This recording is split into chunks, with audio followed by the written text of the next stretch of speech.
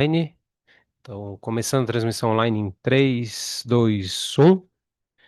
Good morning, everyone. Today we have here the honor to have an international professor at our house to give a lecture about a brilliant theme. So we'll talk today about what is depressed mood, an overview and future directions for phenomenological psychopathology.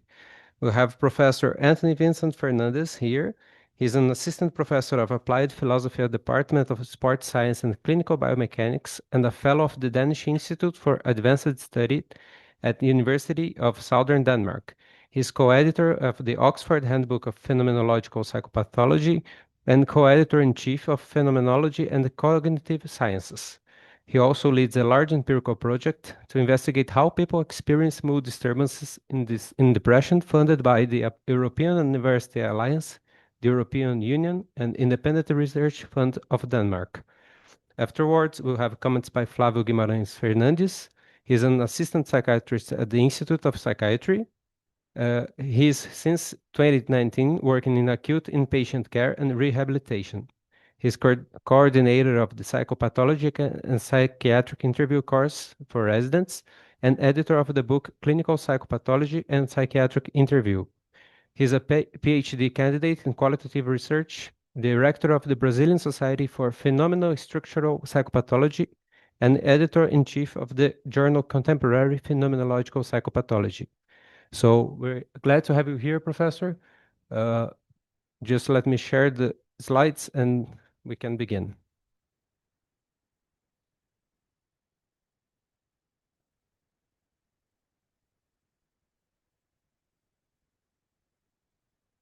If there's any technical issue, I'll be right here and I can assist. Thank you so much. Thank you. Thank you so much for the introduction, and thank you for the opportunity to... Do I need to be closer to it? Okay, thank you for the introduction, and thank you for the opportunity to present here. I haven't been to Brazil before, so this is my first time. I just got in last night, so I'm also not entirely here in the moment, but hopefully things will go well enough. So before I get into the presentation itself, I'll tell you a little bit more about me and the kind of perspective I'm coming from here. So I'm not a psychiatrist. I'm also not a psychologist. I am unfortunately a philosopher. And that's the direction I'll be taking here. But I have worked a lot with psychiatrists and with clinical psychologists. I also work more broadly with nurses and sociologists, anthropologists. I do a lot of very interdisciplinary work, a mix of theoretical work, methodological work, and also empirical work. So starting from the very beginning, even during my PhD, it was on philosophy of psychiatry, mostly philosophical issues in psychiatric classification and diagnosis, and some work on mood disturbances and mood disorders as well, all from a broadly phenomenological perspective. And I had the opportunity to also work there with some psychiatrists. So I had Giovanni Stangolini, who's now at Florence, and Matthew Broom, who's at Birmingham, who are both on my PhD committee. So they were involved in the supervision and examination of the PhD as well. So despite being trained in philosophy, I've had this kind of interdisciplinary orientation and outlook, and that's something that I've continued with throughout my whole career. So you might also notice I'm strangely positioned in a department of sports science and clinical biomechanics. I don't know anything about sports. I don't watch sports, and I don't play sports, and I don't know the rules to any sports, but no one seems to have noticed. But I'm there because there's a group in that department that works specifically on phenomenological approaches to qualitative research in sports, health, and performing arts. So I've been involved with that group. And I'm also at the Danish Institute for Advanced Studies. So that's an institute that's attached to the university, and it functions as a hub for interdisciplinary research.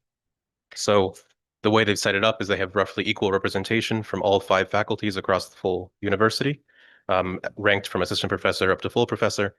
And we have weekly meetings and seminars together where we have invited speakers, but we also have debates and discussions. So it's really supposed to kind of facilitate and encourage interdisciplinary dialogue and collaboration across the university and more broadly. It's been a really nice base for also hosting people working on projects across different disciplinary boundaries. And to simplify my life a little bit, starting next month, my position transfers to the Department of Psychology primarily, where things make a little more sense than sports science.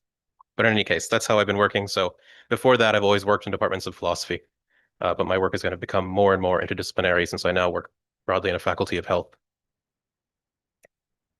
So I'll jump into the presentation. If at any point you need me to slow down if I start speaking too quickly, just let me know. Otherwise, for any kind of significant questions, I'm happy to take those at the end. But if there's something you're not following and you feel like you won't be able to follow the rest of the presentation because you missed something, by all means, just raise your hand and let me know, and I can clarify it. So I'll go through this in 3 parts. Let me just grab the phone so I can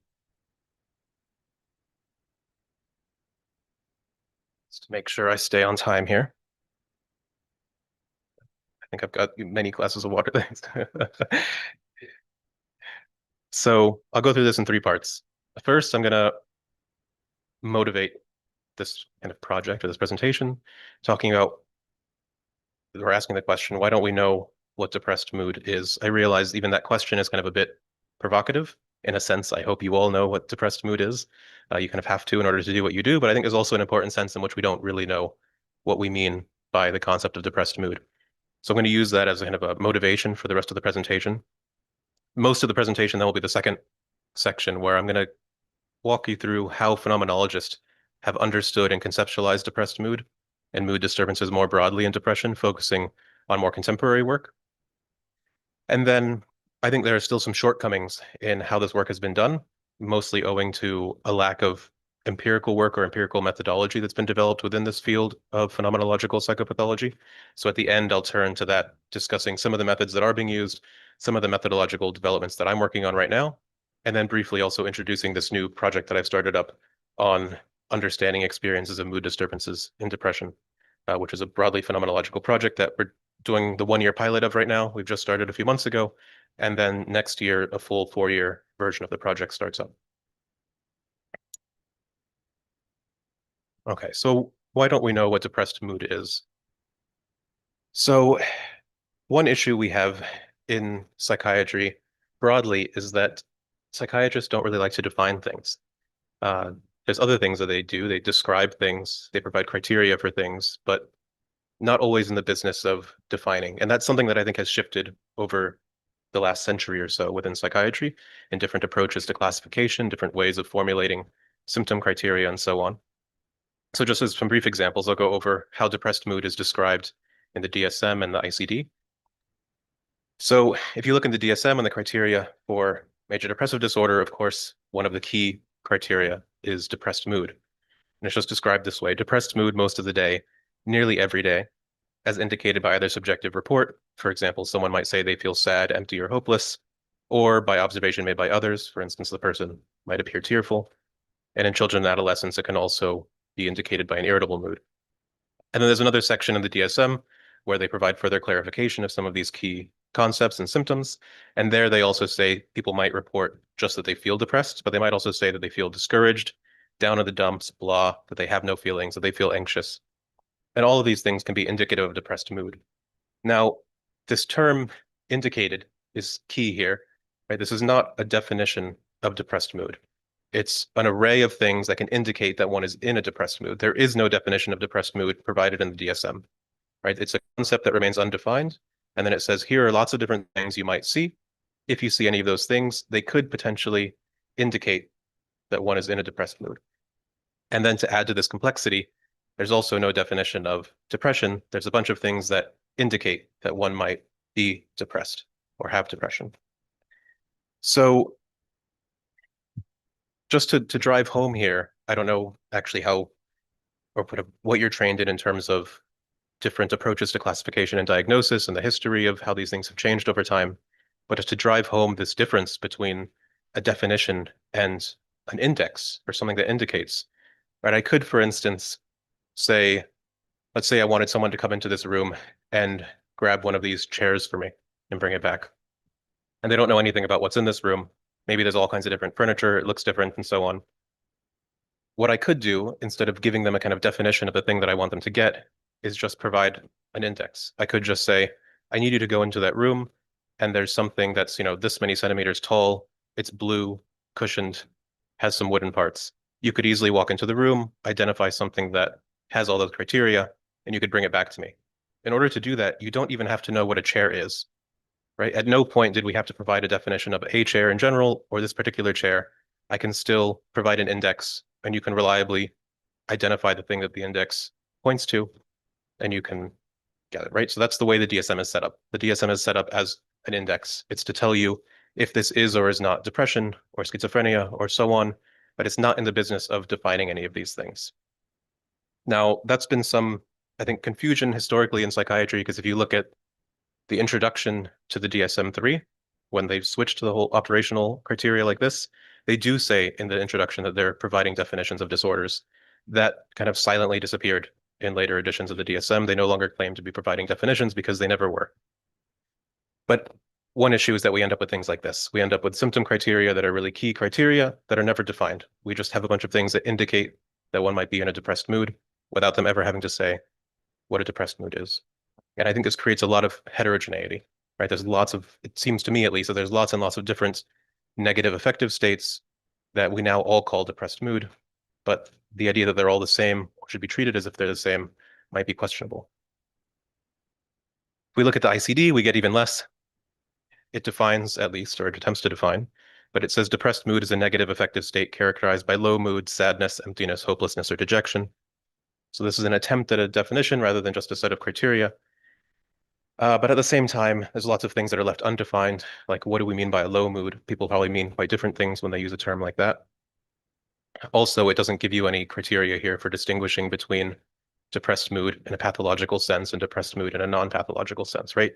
Many of us have had negative affective states characterized by low mood, sadness, emptiness, hopelessness, or dejection, and we probably wouldn't want to say that we were in a depressed mood. So we might say, well, in the case of these manuals, right, the ICD and the DSM, they're not really in the business of providing these kind of rich, careful descriptions of disorders or even of defining disorders. But of course, we do have texts that to some extent take themselves to be in that business, right? We have some of these textbooks of descriptive psychopathology, at least these are some of the ones available in English. Things like Sims, Symptoms of the Mind, and Fish's Clinical Psychopathology. And if you look through these, they of course also refer to depressed mood throughout. And for the most part, I think that what they'll typically do is for each of those different experiences like emptiness and hopelessness and so on, rather than just stating the word, you maybe get a sentence or two kind of describing what they mean by it. But in the end, I don't think they really go that much further than what we have in texts like the DSM and ICD. And these are the texts where you'd hope that we get really, really rich, careful descriptions and definitions of all of these experiential signs and symptoms. And I think for the most part, it's lacking. So some have argued that DSM, or at least the third edition of the DSM in the US, is kind of the reason for the state of affairs that we find ourselves in. There's this now quite famous article, DSM and the Death of Phenomenology in America, an example of unintended consequences. And in that piece, Nancy Andreessen argues that with the creation of the DSM-3 and this kind of operational revolution in psychiatry, we ended up in a situation where it was originally presented as something that needed to be continually modified and developed and was very much a kind of preliminary conceptualization or preliminary categorization of disorders and the various symptoms. And there were initially all these fairly robust plans for all the different kinds of research that had to go on in order to continually modify and adjust those categories and the criteria we use for diagnosis. But a lot of that didn't really happen. So for many of the major diagnoses, like major depressive disorder, for instance, it looks almost exactly the same in the DSM-5 today as it did in the DSM-3 in 1980. And it wasn't supposed to. That was not the original plan. And what Andreessen's referring to here is phenomenology. She does briefly refer to the philosophical tradition, the work of Husserl and Heidegger, and also people like Karl Jaspers, but she's using phenomenology in a much broader sense that really just refers to descriptive psychopathology, the careful and systematic description of signs and symptoms of mental disorder, especially experiential signs and symptoms, but even behavioral ones is included in what she's talking about. So she says that the creation of this operational revolution in the DSM-3 kind of killed off this subfield of psychiatry. And it was never completely killed off. There, of course, always been some people working in this.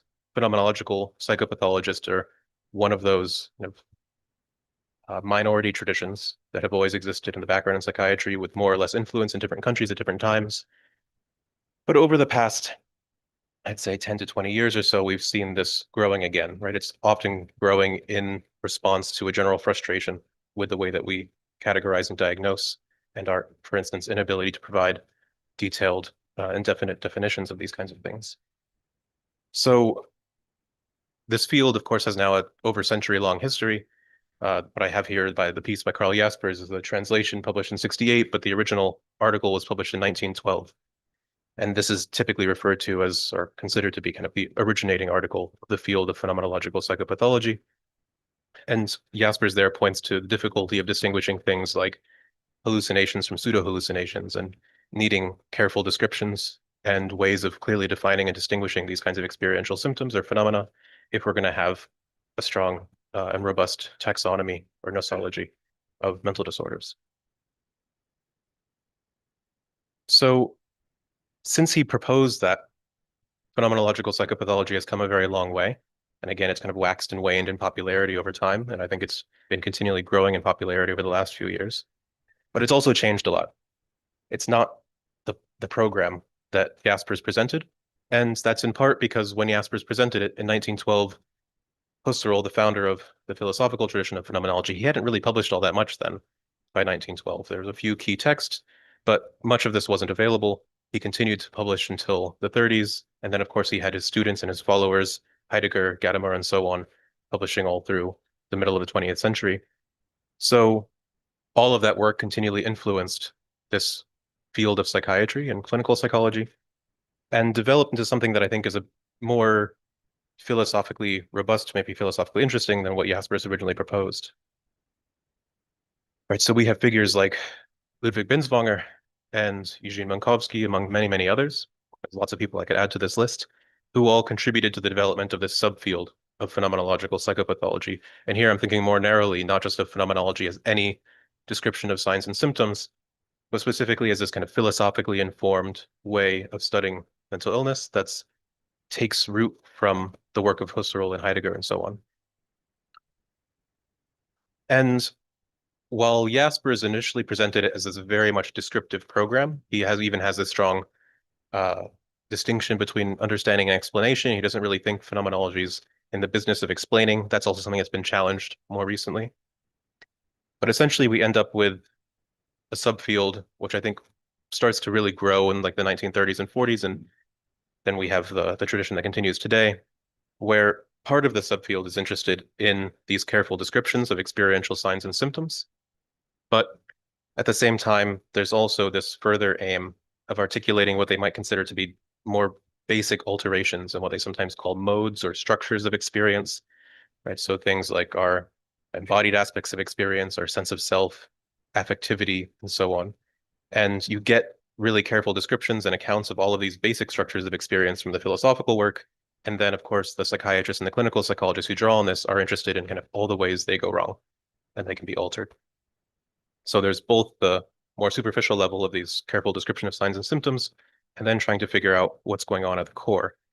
So one good example of this tradition continuing is a lot of the work today on the phenomenology of schizophrenia. So there's even been a kind of a whole model of schizophrenia that's come out of this subfield where they call the self-disturbance model.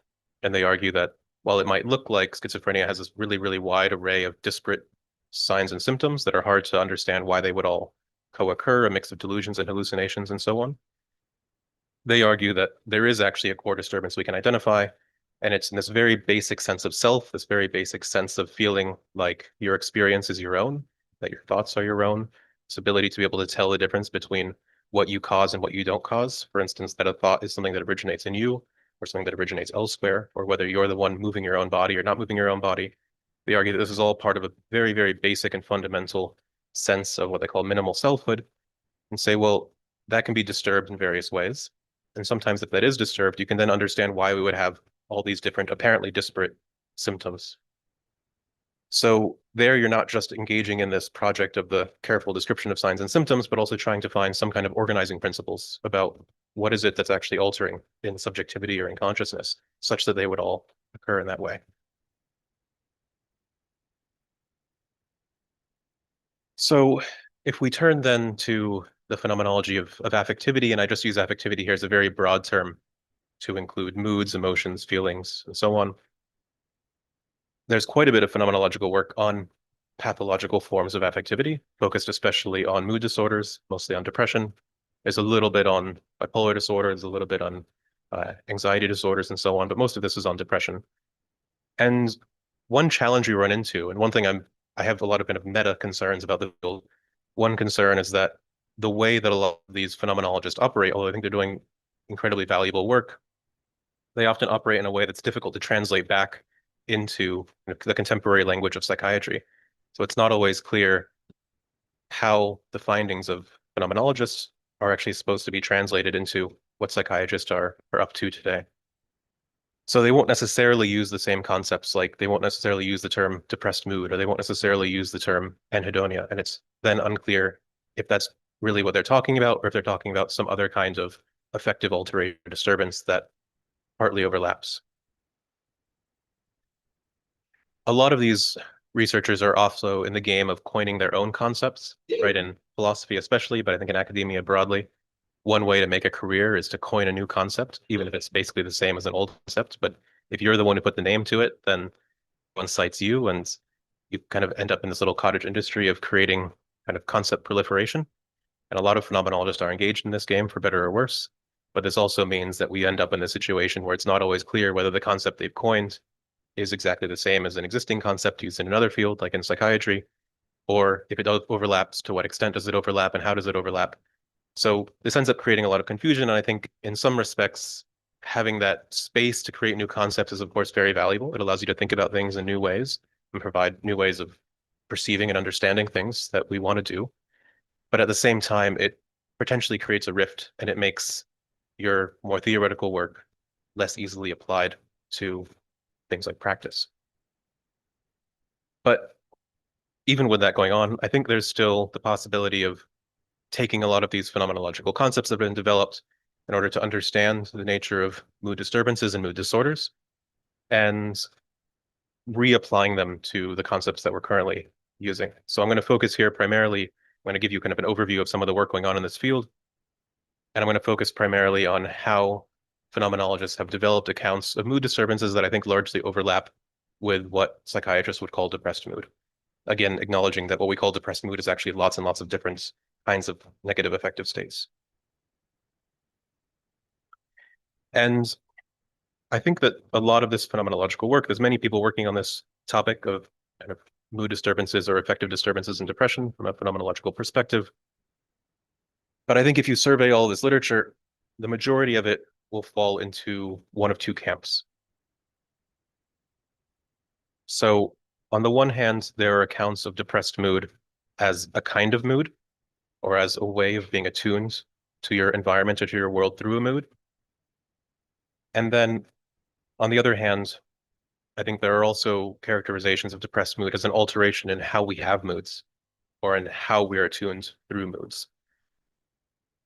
So I don't think these are necessarily mutually exclusive.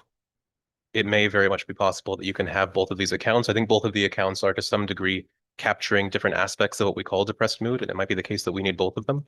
But we probably also need more than these two accounts. I think that they're not exhaustive of all of the different kinds of negative affective phenomena and states that are currently lumped under this broad idea of depressed mood. But I'll walk you through these two camps and some of the key literature in those areas. And is this something many of you are already familiar with, different phenomenological accounts of mood disturbances and depression, or is this new? I'll assume new for the silence, but okay. So on this idea that depressed mood should be understood as a kind of mood, like for instance, hopelessness. Two people working in this area. I mean, Matthew Ratcliffe, the philosopher, is probably best known for work on this area, but Kevin Aho, also a philosopher, has also provided accounts that broadly fit within this camp. So I'm actually going to start with Aho's account because I would consider Aho's characterization to be what I'd call an orthodox Heideggerian account, which is to say he draws on the work of the philosopher Martin Heidegger. He extracts a concept from Heidegger's work. He doesn't try to modify or change the concept in any significant way, and he uses that in order to understand what depressed mood is. Ratcliffe, on the other hand, I would characterize a kind of unorthodox Heideggerian account so far as he develops a new concept, right? He's engaged in that game of coining new concepts. So he coins a new concept that he calls existential feeling. It's very much inspired by and influenced by Heidegger's work on mood, but it is slightly different. And he uses that to characterize how he thinks about depressed mood. So in Aho's case, he's drawing on this account of mood that's initially developed in Heidegger's Being and Time. and then later developed in this set of lectures that are published under the title of Fundamental Concepts of Metaphysics. So in Being and Time, the mood that Heidegger's most famous for describing is angst or anxiety, right? And this isn't kind of our everyday anxiety or even really clinical forms of anxiety, but is some kind of deep, fundamental, existential anxiety in which the nature of the world kind of ceases to matter. But what's key here, it's not that Aho's saying depression just is what Heidegger calls anxiety, although others have made that argument. He's also not saying that depression is what Heidegger calls boredom, which is what he describes in the Fundamental Concepts of Metaphysics. Instead, Heidegger, in addition to describing anxiety and this kind of profound boredom, he gives a general account of what he means by a mood and the role that moods play in our life. So he argues that we always find ourselves in some mood or other, that moods effectively attune us to our world and effectively situate us in our environment. Moods then have a way of determining what matters to us and also how things matter, right? So we can't help but to interpret things through the mood that we find ourselves in. Our mood is also going to shift our orientation toward past and future, the extent to which we see future possibilities for ourselves and the kinds of future possibilities that we see. It's then, of course, intimately linked to our experience of time and sense of self and so on. But for him, moods are very, very fundamental, and he talks about what he calls ground moods. So anxiety in this case would be a ground mood, but also what he calls profound boredom. So in this, if you haven't read the lecture, Fundamental Concepts of Metaphysics, Heidegger, in what might be kind of the boldest decision of any professor ever, decided that he would spend an entire semester just analyzing the experience of boredom for his students. So every week for an entire semester, he would go deeper and deeper into what the experience of boredom is until he gets to what he calls profound boredom, and actually argues that this is an all-encompassing form of boredom, where you're kind of bored as such. You're not bored with anything in particular. You're not even bored with all the things going on in your life. You are fundamentally attuned through boredom. And he argues that this is the fundamental philosophical attunement, in contrast to the ancient Greeks and basically everyone else who thinks that wonder is kind of the source of philosophical questioning. He thinks that it's profound boredom. I'm somewhat sympathetic to this, but in any case, what he does here between these two books is he develops this now quite influential account of mood. And Aho more or less argues that we should understand depressed mood as something like these kind of ground moods. It has the same kind of structure as this basic form of anxiety. It has the same kind of structure as what Heidegger calls profound boredom. Qualitatively, it might even have some similarities with both of those. Maybe depressed mood is its own kind of mood, understood in that way.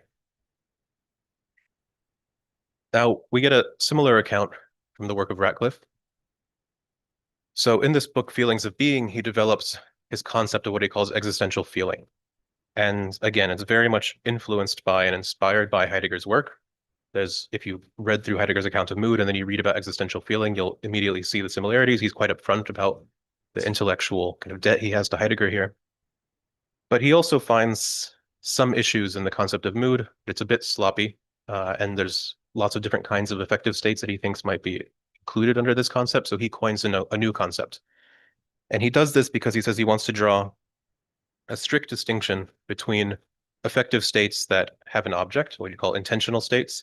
So I can be, for instance, sad about an event that just happened, or I can be sad about a situation, but I can also perhaps be sad not about anything in particular, but just feel oriented to the world fundamentally through sadness. So he says there are intentional affective states that have objects, they're oriented towards something, and they're what he called pre-intentional affective states that are more fundamental.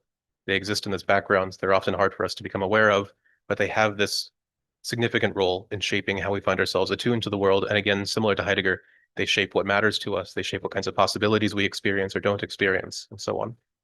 So he thinks that for most part, also our emotions, those feelings that do have an object, are typically going to be congruent with the existential feeling. So within certain fundamental existential feelings, there's certain emotions you're more likely to have, and other ones that maybe it will be impossible for you to have within that way of being attuned. So he uses this concept then to do some work on depression.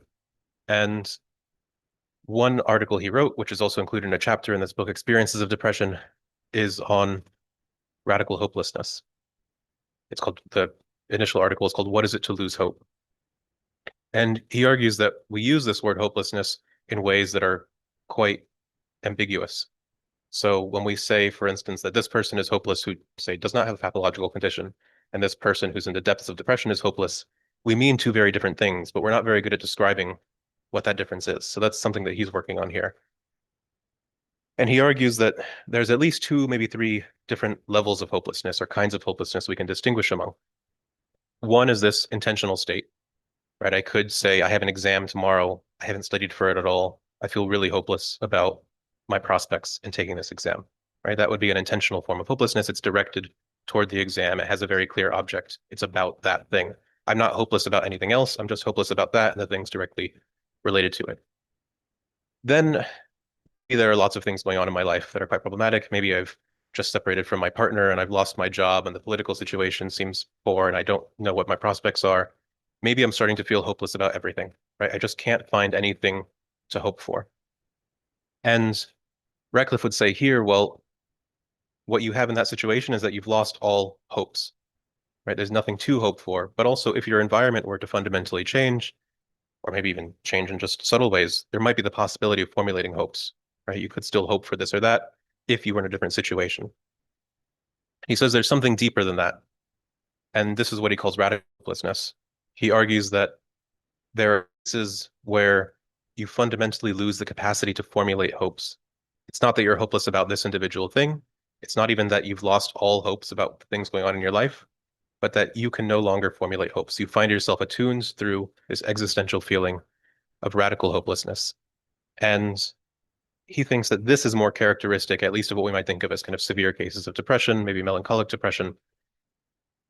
So he's not really trying to argue here, at least as far as I follow, that we want to say, well, depressed people have this kind of hopelessness and non-depressed people have this kind.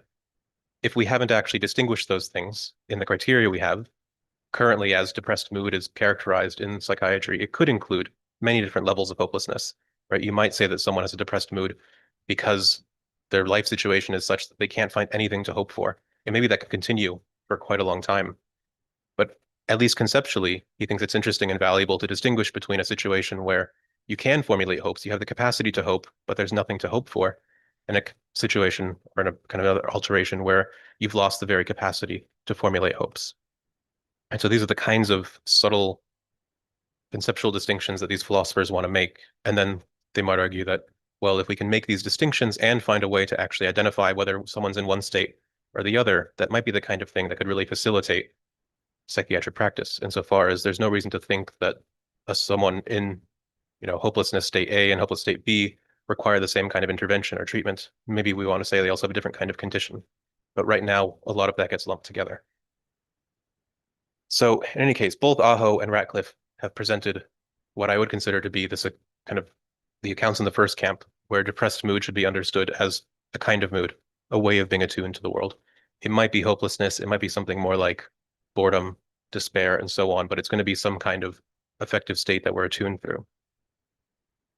In contrast to this, we have some other views. I think Thomas Fuchs is probably most famous for developing this view, where what we mean by depressed mood should be understood more as some kind of alteration in the sense of a diminished or eroded capacity to be effectively attuned to one's environment or one's world. So there, the key alteration is not that you find yourself in this mood rather than that mood, but that the way you have moods is now different. And this has been characterized in different ways. So for Fuchs, he talks about a loss of affective resonance or a loss of bodily resonance. Says you can have this loss such that events that are occurring in your environments no longer have the same kind of affective pull on you. They no longer cause shifts in your emotional life in the way that they did before. They no longer motivate you toward different kinds of action. And you can have this in varying degrees. You get a kind of similar account from Stangolini in this book on disembodied spirits and deanimated bodies. He has a chapter on melancholic depression where he provides a somewhat similar view. And then I've also developed something along these lines. I don't focus so much on the embodied aspect of it, but I take a more kind of Heideggerian lens and say that if we understand moods in this Heideggerian sense, or things like existential feelings in Ratcliffe's sense, we should also have an account in which we can not only shift from one mood or existential feeling to another mood or existential feeling, but we can also have a situation where our capacity to find ourselves in a mood or to be attuned to environment through a mood is itself diminished or constrained, such that the real disturbance there when we talk about depressed mood isn't that you're in this mood or that mood, but that regardless of which mood you're in, it's not particularly intense. You don't have a lot of emotional responsiveness and so on, right? You have similar views that are developed within clinical psychology and psychiatry outside of phenomenology as well. This is one of those situations where there's potential overlap, but it's quite difficult to figure out where exactly because of different conceptual schemes and so on. So with that, I think we have the kind of the two general camps. There's also some work that kind of combines them to a degree, although I don't think it's been developed all that much. One example of this is in the work of Friedrich Fernandez, who's also a philosopher. He's based in Sweden. And he has some work where he draws quite a bit on Thomas Fuchs' account, and he very much endorses Fuchs' account of depression and this kind of loss of bodily resonance. There's other work like this piece where he draws also a lot on Ratcliffe's account and talks a lot about existential feelings. But then he also has this view where he says, well, maybe in addition to being kind of less attuned to our environment or to our world in this kind of loss of bodily resonance or affective resonance, maybe it's also the case that we can be differently tuned so that I can be attuned to a certain set of feelings and not attuned to another set of feelings. And that's different from just being in a mood, one mood or the other mood, and it's different from a general constraining. Again, I don't think it's developed all that much. I think he's the only one I've found who kind of presents this view. It's not entirely clear what is being altered there in order to be differently tuned, but it's at least something that seems to have a kind of middle ground between those two camps or some kind of combination between them. Right, so just as a summary of those two positions, we have what I'd call the malattunement account, right? A kind of negative attunement that you don't want to be in. So depressed mood is a way of being effectively attuned to the environment, such as something akin to profound boredom or radical hopelessness. I think people like Aho, Ratcliffe, and Spineas have developed this view. Then there's also this disattunement view, so where depressed mood can also include a loss of diminishment of the ability to be effectively attuned to your environment. So that's one view that I've pushed at some points, and also people like Fuchs, Stangalini, and to some degree, Spineas as well. Now, again, I don't necessarily think these are completely competing views. It's not like we're trying to figure out is one right and the other one wrong. I think both of them are capturing, even if you just look at the language that you have in the DSM, for instance, when someone talks about not feeling or they talk about emptiness or something like that, maybe that falls into that disattunement view. And if they talk about hopelessness and despair and things like this, maybe that falls into that malattunement view. But I think we can start to see that these are fundamentally different kinds of affective phenomena.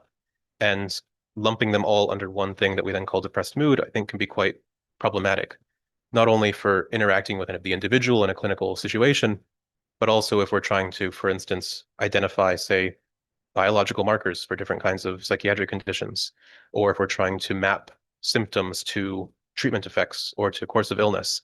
If we have these really, really messy symptom constructs, they're just not going to correlate in that way.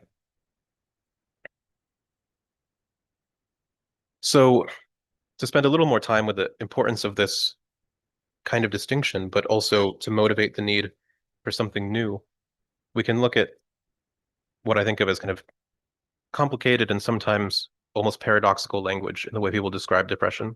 So you might be familiar with sometimes people using the phrase, the feeling of not feeling.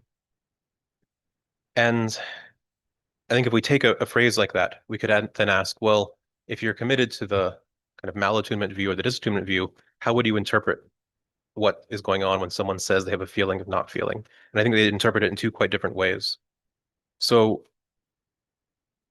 we might ask, well, does the feeling of not feeling refer to a peculiar kind of feeling, right? Maybe the person has a particular kind of feeling where they don't really have the language to express it, and they refer to it as a feeling of not feeling. Ratcliffe, for instance, has endorsed this kind of view, and he said that, say, in the case of radical hopelessness, when someone says that they have a feeling of not feeling, what they're actually referring to is an experience of absence. So when you end up in a kind of affective state of radical hopelessness where you can no longer formulate hopes, that might be quite apparent and salient to you. You go into a situation where normally something happens that you would then hope for or would make you hopeful, and you recognize that you don't have any hope when that event occurs. That might be a situation where you say you have a feeling of not feeling, but what he'd say you're describing then is the experience of an absence. You've recognized an absence in your experience. On the other hand, you might have views that want to take this a little more seriously and say, well, we're actually just not very good at describing a loss of feeling, right? That's a kind of peculiar and strange experience. And we have much better language for describing particular kinds of feelings. So when you have a genuine loss of feeling, like a genuine affective numbness, maybe you just fall back on that language and you say that you have a feeling of not feeling because you don't really know how to describe a genuine loss of feeling. Now, one issue that I think we run into with things like this is that we just don't really have enough data to settle which of these is the right view. If someone reports that they have a feeling of not feeling, it might be the case that they're actually having a certain kind of feeling, like radical hopelessness, and they're describing it this way. Or it might be the case that they're in kind of a deep state of a loss of bodily resonance, and they just have this weird way of describing it. So this is a situation I think we often end up with in the kind of analyses that you find in phenomenological psychopathology, because we just don't have enough data, and we haven't kind of prompted and probed people to provide the kinds of descriptions of experience that we would need in order to adjudicate among these kinds of debates. So that's what I want to turn to here toward the end, and thinking about how do we make phenomenology more empirical, and also why do we want to make phenomenology more empirical? So again, the field itself has existed for over a century now, and I think it's pretty fair to say that it has no widely agreed upon or systematically developed methods. There's all kinds of different ways that people do research in the field of phenomenological psychopathology. There's all different kinds of data they might draw upon. But historically, and I think also continuing to today, most of this work has relied on clinical anecdotes and sometimes very detailed case studies. So someone like Binswanger is quite famous for developing sometimes, 50 to 100-page case studies of an individual patient and really walking you through all the depth and nuance there. But there's a lot of work, both historical and more contemporary work, where you just get these kind of snippets of little anecdotes from his clinical experience. So Fuchs does this a lot, for instance, where he'll give you a brief description of either something a patient said or something he observed in a patient, and he uses that as a kind of empirical basis for some more theoretical claim about the kind of alteration that's occurred in their experience. So I do think that all of that work is very valuable, right? We've got pretty far using methods like that. But we end up in a situation where, especially those of us who don't interact with patients, tend to rely on these little snippets, these little anecdotes that we get. So you might see an anecdote that someone like Fuchs provides from his own clinical experience, and then lots of others publishing refer back to that same anecdote because they don't really have a lot of data they can use themselves. And that ends up shaping the way that we understand and conceptualize these conditions. Then we also appeal to different kinds of data or different kinds of literature. So a lot of people working in this field will use memoirs. There's a lot of memoirs about depression, for instance, and some of them provide some really insightful descriptions of the experience. But we also have to recognize that the goal of writing a memoir about your experience of depression is not to provide really kind of detailed and systematic descriptions of your experience. There are other motivations for writing a memoir. There are other reasons why you might describe things in certain ways. And we also find some work that draws on, for instance, literature, on works of fiction. And this is also a really difficult case, right? The person who's writing a work of fiction has no obligation to provide us with a kind of true and accurate account of the experience of depression. But we also know that writers of fiction, writers of poetry, are probably the best among us at articulating and describing these really difficult experiences. So there's a sense in which, well, we want to use it, but we also want to be careful with how we use it. And I don't think we've necessarily thought enough about how all of that works. So I think what we really need is a way to generate more data, more robust data, and the kind of data that we need in order for these phenomenological arguments or disagreements to really play out in the right way. So how should we go about generating and collecting that kind of data?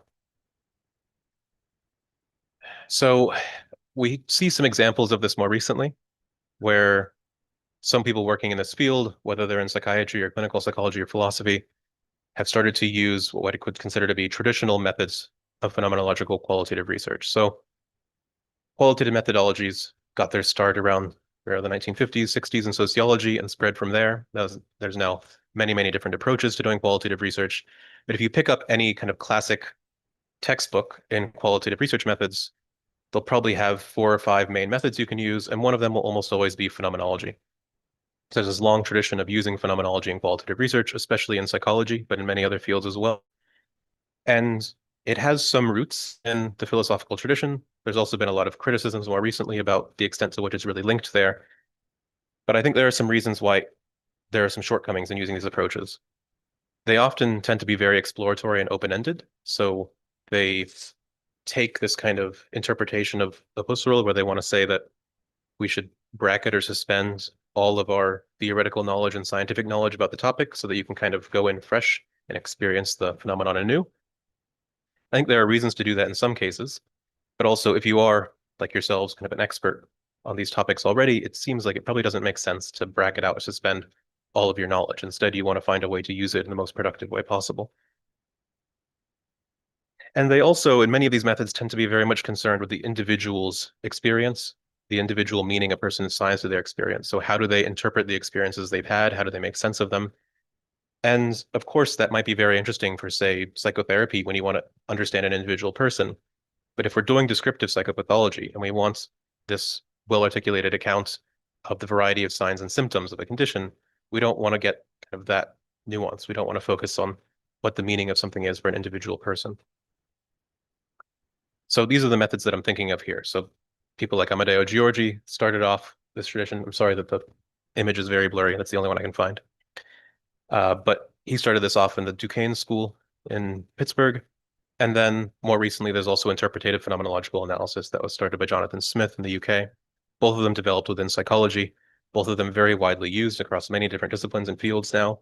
And there are some interesting cases of phenomenological researchers in psychology and in psychiatry and philosophy, picking up these methods and adapting and modifying them in some way in order to do the kind of research that we in this subfield want to do. But I think it becomes quite challenging, and I don't think they're really designed to get us the kinds of descriptions that we're looking for. So what I think we need is an approach to doing this kind of empirical work that's better suited to the actual aims of descriptive psychopathology.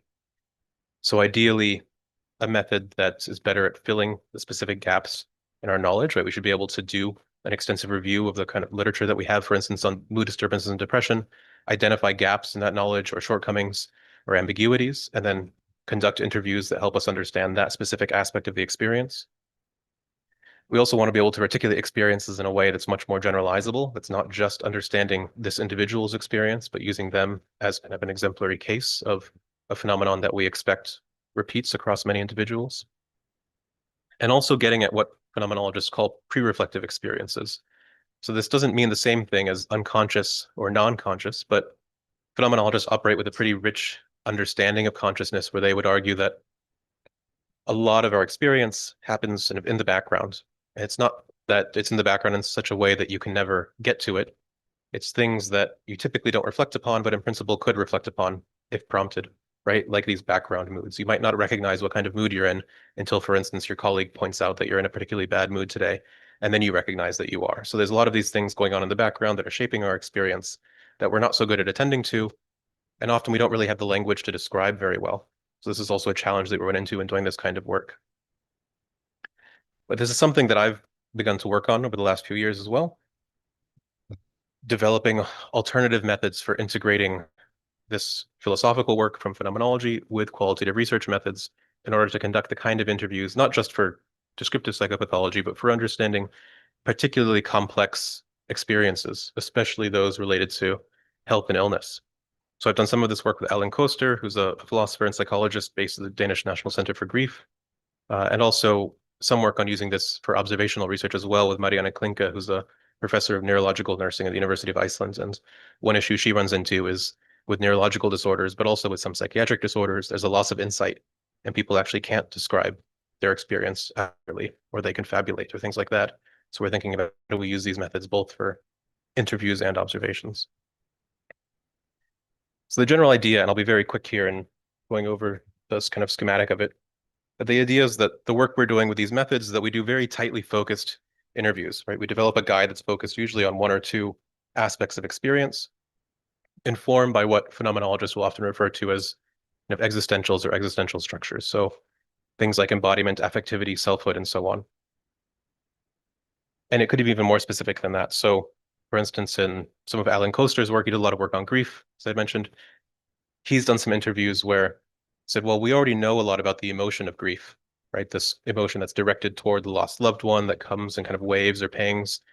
But there also seems to be descriptions of these more diffuse, global, and pervasive alterations in your affective attunement, the way you find yourself effectively situated in the world in long-term grief. And then he developed an interview guide that was specifically designed to get people to reflect upon and describe those more fundamental affective experiences. And if they start describing things that are more common or salient to them, like their emotions, you actually redirect them back. Right? So this is very different from other phenomenological approaches that are very open-ended and let the participant do a lot of leading. Here we know what we're looking for, but you of course have to do it in a way that's not biased, and you really dig into that. And we typically do a lot of follow-up interviews with these. So again, I had mentioned we're starting this pilot project on mood disturbances and depression, and we'll likely interview each participant at least 2, if not 3 times. Each interview is, say, an hour and a half to 2 hours. So we're going to end up with something like 5 hours of interview per participant just describing their mood disturbances and depression, right? This is not an amount of, or kind of robust data that you get from many other approaches to interviewing. So the general project, and I'll just go over this briefly and then finish up. So this project, the aim is to establish some kind of preliminary taxonomy, right? It's not going to be exhaustive with the resources that we have, but a preliminary taxonomy of the variety of mood disturbances that occur in depression, ideally disambiguating symptom constructs like depressed mood. So in this respect, thinking of things like the distinctions that Ratcliffe drew between different kinds of hopelessness, right? We hope to draw more distinctions like that, but also perhaps distinctions among different kinds of affective numbness or loss of feeling, the different things people might mean by that.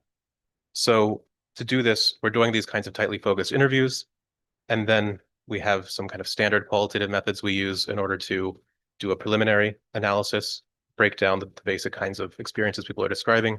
But then the main part is having a couple of years at the end of the project where we're really digging into this in this more philosophical way of drawing these specific distinctions among different kinds of mood disturbances that people seem to be describing. So like I said, we're in the middle of the pilot now. It ends by March next year. And then we have funding to develop the full-scale version of the project that will continue for 4 years after that. And the goal here is it's very much tied up also with neuropsychiatry. So I have some neuropsychiatrists at Columbia University who are partners on this. And the idea is that if you really are looking for things like biological markers, I don't think you're going to find, for instance, biological markers for major depressive disorder or even for something more specific like depressed mood. I just don't think they're homogeneous enough, right? I think they're very heterogeneous categories. So what we're trying to find is much more homogeneous symptom constructs, different kinds of mood disturbances that, again, will really correlate with course of illness, treatment response, biological markers, and so on. And that will be kind of the end phase of the project of disseminating these new concepts and constructs to the community of psychiatrists and neuroscientists who might be able to use them. Well, this is what the team looks like now. So Christensen there is a postdoc on the project. He's already started on it, and he'll stay on for the most of it. He's a clinical psychologist with a background in phenomenological methods, an expert on social anxiety disorder. We'll hire a PhD student who will be a philosopher working on depression. And then we have our external collaborators, Denfield and Kaiser down there, are the neuropsychiatrist based at Columbia University. Kiverstein's another philosopher who's based in the Department of Psychiatry in Amsterdam. And then we have a fairly large advisory board who will assist with some of the guidance on the interview guide and analysis and so on. So the last thing I just have some sample questions from what our interview guide looks like, but I'm not going to go over that, but I'll just put that there. And thank you very much.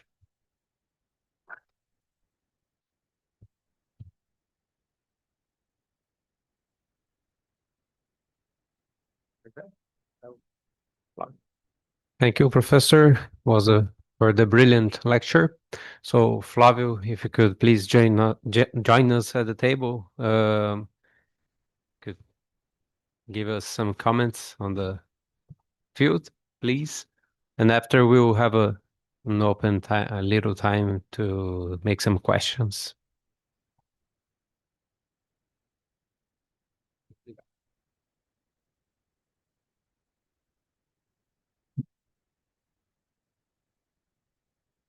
Okay. Hello. Thank you, Anthony, for the presentation. I will make more a comment than a question. But I think you designed it in this presentation what I think is the goal of psychophenomenology today, because what I think when I read the papers in psychiatry, I think there is a lot of misunderstanding of the symptoms, because you ended up mixing a lot of things that it's quite different.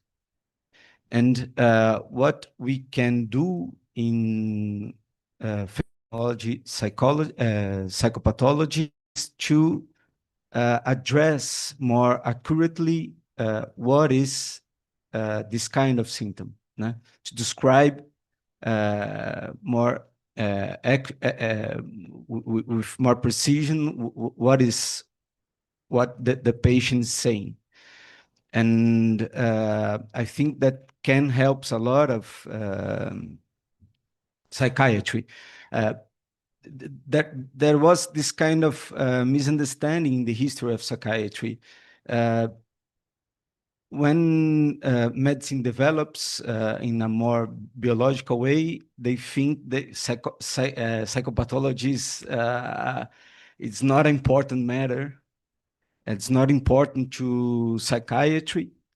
And I think today is more important than ever, because in the history of psychiatry, we used to say that before Kraepelin, psychiatry was like a puzzle. And I think today we are in a bigger puzzle. The puzzle is more complex and is more, the pieces don't fit. So I think this kind of study that you are doing will hopefully get us in a more specific and approach way to study whatever we want, psychopathology, genetics, biomarkers, psychiatry, or even the way we can address more specifically the medications and psychotherapy. So that's my comment. Yeah. Yeah, thank you so much. So I guess I'm fully on board with this. I mean, you were already endorsing, I think, what I was presenting. Just to continue on that, I think there is also some confusion about why descriptive psychopathology, and specifically phenomenological psychopathology, hasn't had more influence, right? There have been some times where it's been quite influential in some countries, and but for most of the time, it hasn't been all that influential. And even today, when I say that it's growing, it's still very much a minority tradition, right? You're unlikely to find in the US, I can think of, maybe 2 psychiatry departments that have people that are quite interested in phenomenology and trained in it. And even in countries where it's more common, you tend to have no more than maybe 1 psychiatrist who works in this area. So there are some questions about why that's the case, why it hasn't taken off. It's also been very difficult to fund historically, or it's much easier to find funding for biological research, even though this kind of research is comparatively cheap to do. But I think some of this is kind of beyond our control, right? There's been this large interest across psychiatry in biological approaches, which is also justified. But I think on the other hand, I find a lot of phenomenologists working in this area, phenomenological psychopathologists, who are continually frustrated with the lack of influence that this work has had. And I think that it is in large part our own fault. I think that we've often got caught up in these very kind of philosophical and theoretical ways of talking about things. We develop our own language. We don't do the work of translating it for others, but expect them to figure out how to translate it. But getting into this kind of system and thinking this way of thinking takes a very long time. And it's a lot of work to read to get into it. And we can't expect that others do that. We have to do that for them. So what I'm hoping to do is also, I mean, the whole last year of this project is really about dissemination of the findings, working with these neuropsychiatrists to find a way to take the concepts we developed in this more philosophical fashion, digest them into something that's more understandable for psychiatrists and for neuroscientists who don't have the same kind of training, and try to disseminate that in top journals in those fields through, for instance, editorials and commentaries, something that can be more easily picked up and at least provide a clear sense of what is this particular mood disturbance that we've identified here, and why do we think it's distinct from some other one, and what do you think you can do with it? We need to spell a lot of that out. I think we've allowed ourselves to create this little sub-community that's kind of been self-protective in a sense, We also tend not to be too critical of each other working in the sub-community, which I think is common when you have a minority tradition, right? You don't want to create internal conflict because it then makes it look like it's not going well. But I think overall that hasn't been that good. I think it'd be better with more internal critique and disagreement and discussion. But also then doing the work of thinking about what is it that contemporary psychiatry actually needs from us? What can we actually provide to them, and how can we present it in a way that they can actually use it? And I think again that is on us. And I think there was some transition in this, but there's still a lot of work in this field that is written in such a way that if you're not already immersed in it, you cannot pick up that article and understand what on earth you're supposed to do with it. And again, I think that's on us. So I think we have some time for some questions or comments. So anyone who feels like would like to make a question. Thank you. Well, Anthony, my name is Igor. I'm a psychiatrist here at the Institute. So you talked about making or taking phenomenology to the empirical side, or to empirical research. Currently, we have focus on dimensional models of psychopathology. I can remember at least one recent article on JAMA psychiatry on prioritization of symptoms and not syndromes in psychopathology. And historically, phenomenological psychopathology has focused on these entities like schizophrenia, melancholia, etc. How can we merge, if we can, approximate phenomenology to these dimensional models of psychopathology? Yeah, thanks so much. So I think this is also a kind of strange feature of the subfield of phenomenological psychopathology, where in some ways people in this subfield are incredibly critical of what they consider to be kind of mainstream psychiatry. But then at the same time, they just buy into the diagnostic categories that a lot of people in what I think of as kind of biological psychiatry might not really buy into. There's a question about why we're the ones buying into these categories when others are questioning whether those are the right categories to be using in the first place. And I think that's also been an issue. So I did do some work on this, of thinking that there's a sense in which we just, in this field of phenomenological psychopathology, we don't do a good job of keeping up with the times. So there is some kind of backward-looking way in which we sometimes work. And if others in psychiatry are trying to, say, do away with these diagnostic categories and move toward dimensions, like that whole, like the research domain criteria initiative with the National Institute of Mental Health in the US, but there's plenty of other dimensional approaches being developed. For the most part, the phenomenologists were not even addressing it. And if we're going to keep trying to provide these accounts that are supposed to be useful to what's actually going on in other areas of psychiatric research, we have to keep up with that and see maybe there are some trends that we just disagree with. We think they're wrong and we don't want to contribute to those, and that's fine. But my preference is to operate in a way that's much more neutral. So for instance, I talked earlier about this idea of looking for some kind of core disturbance, right? This whole schizophrenia model. For the most part, I don't worry about that at all in my work. I'm not at all engaged in this game of trying to find some kind of core disturbance. Maybe it's there, maybe it's not. But if you're looking for a core disturbance and you're using a current diagnostic category, you've already bought into that category as the right boundary, and you're just trying to find what's the kind of core feature of that. If we do that with major depressive disorder, I think that would just be from the start a failed project. I don't think there is any core, because I don't think it's one condition. I don't think we should think of it as one condition. So I'm very much moved back to the level of symptoms. And there are some phenomenologists who are quite critical of this because they really want to think in this very holistic way. And I think we'll want to do that in the end. But I think you can also do really careful and fine-grained distinction, delineation among signs and symptoms without any further assumptions about how they're all going to hang together and whether there is some kind of organizing principle or whether we will in the end really want categories or if we're going to want dimensions. I think all of that we can kind of put to the side and say, well, why don't we operate in a way that's more neutral and would be useful regardless of which direction you take, whether you're going to have dimensions or categories or clinical stages or anything. Very, very careful and detailed descriptions and delineations of signs and symptoms will be useful no matter which of those approaches wins out. So that's the level that I try to operate at, and not kind of assign myself to a camp when there's an ongoing debate about which direction psychiatry is going to go.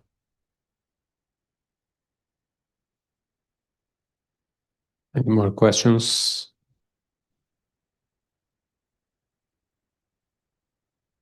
So just sharing some anguish of mine as a quite new psychiatrist. I think there's a lot of fields that we tend to explore and learn more and more, but phenomenological psychopathology is on another level for a lot of us. If you don't delve into it, it's hard to understand some expressions and some ideas. Many of the authors are saying the same thing through different ways, and I think that if you get a better understand of a core concept and try to give it a meaning, it helps a lot of us who aren't familiar with this field to understand what they are saying. So I think your work's quite incredible trying to do it. And my question is, while studying it, do you think there's any kind of way to use some of these concepts that are trying to be more detailed? So like monoattunement, disattunement. Is there a way to bridge a gap between knowing this concept, and finding a psychotherapy that can find a better way to help it? I don't know if that's clear. Yeah, I think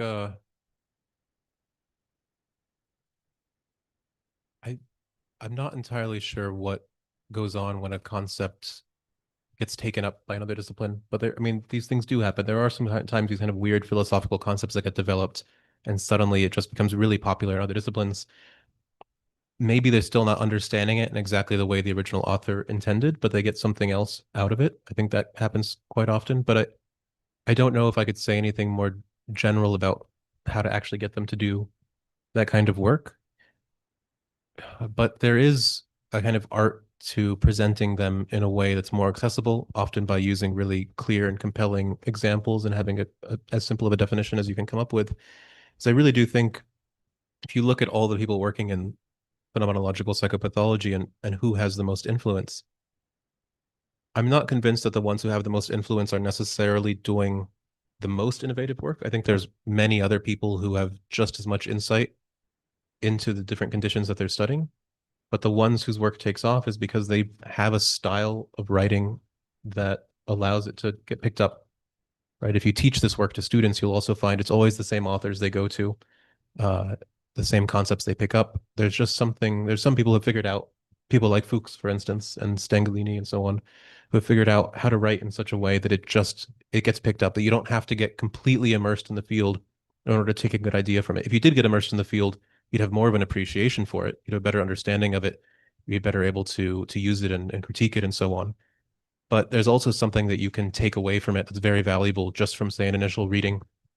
And I think that is that author putting a huge amount of time and energy into figuring out how to present it in the most effective way. And not enough people, I think, put the time and energy into that.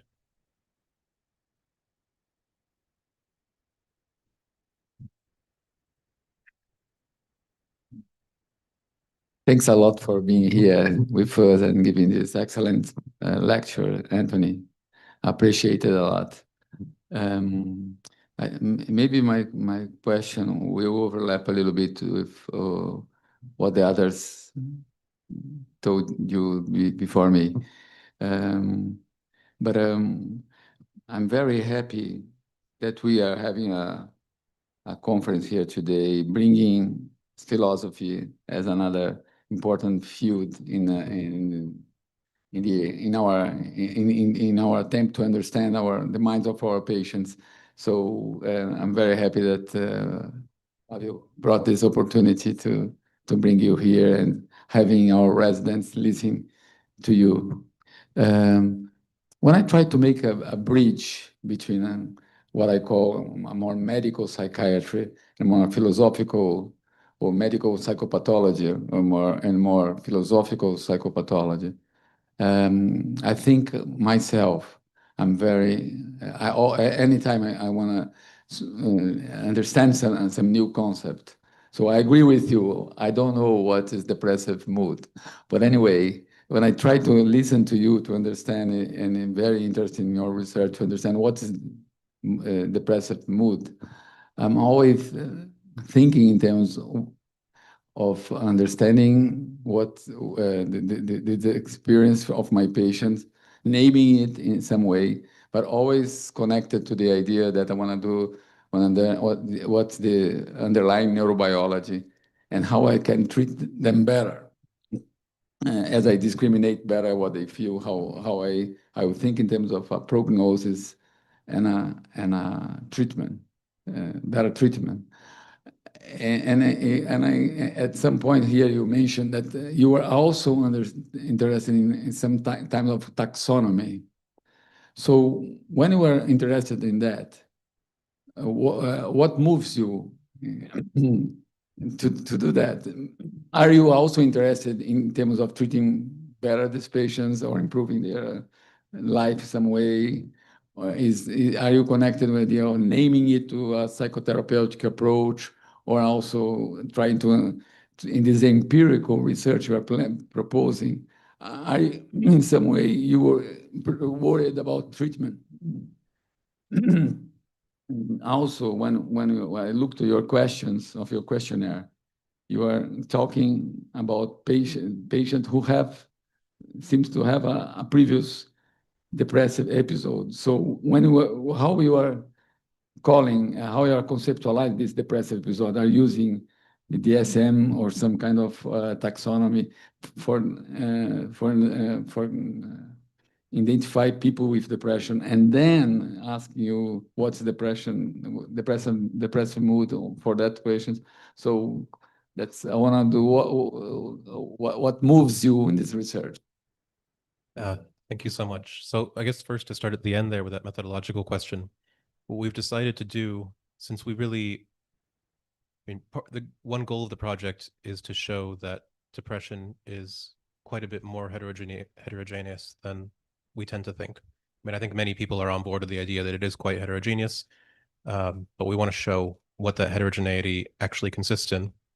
So in order to do that, we've made sure that we're only recruiting participants who have a formal diagnosis of depression. We're not going to take people who are self-diagnosing and just say that they're depressed but don't have the psychiatric diagnosis. And we're also being quite careful about where we recruit from, even with that criterion. So if you just have a diagnosis from a general practitioner, like your family doctor, then we're not going to take you for the study.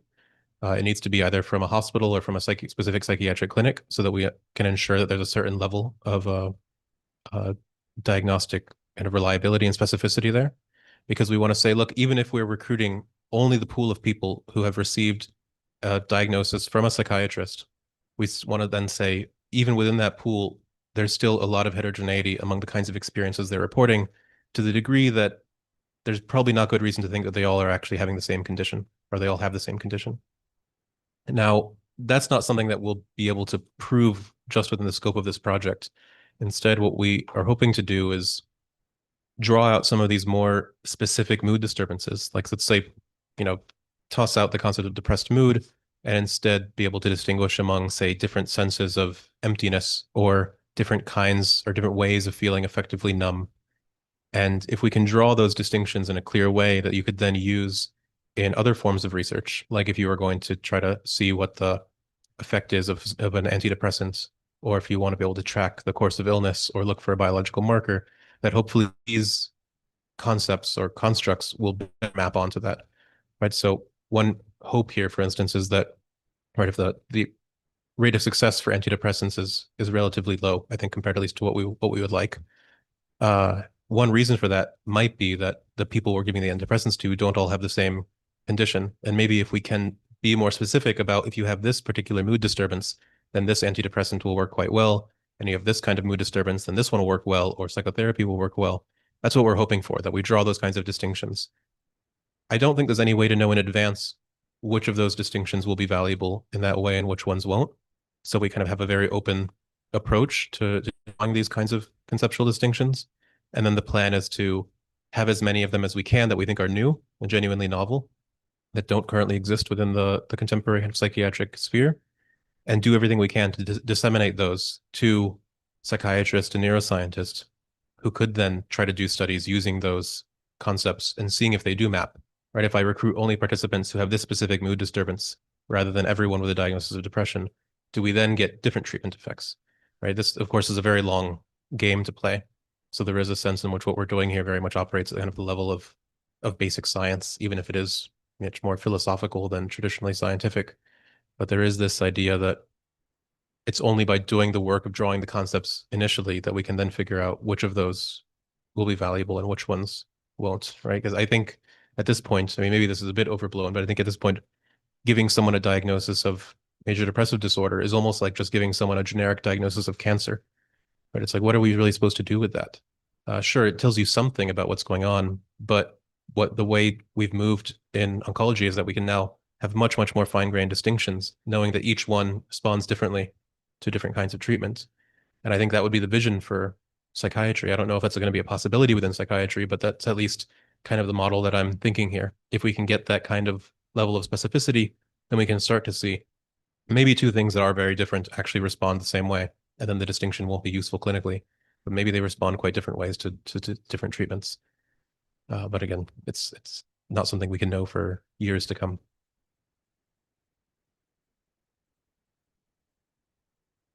Any more questions?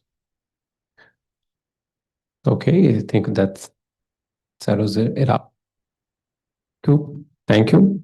Thank you once again for joining us, Anthony. So thank you once again for joining us, Anthony. In name of our Department of Psychiatry, thank you for joining us, being able to give us this speak. It was awesome.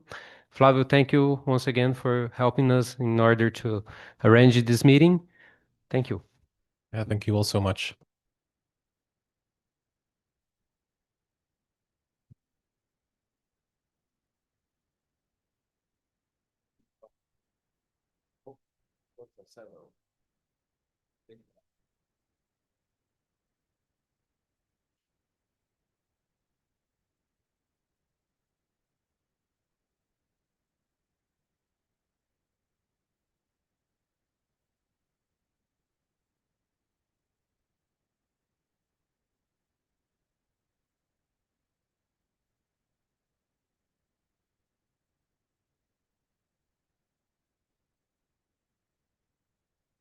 I'm using the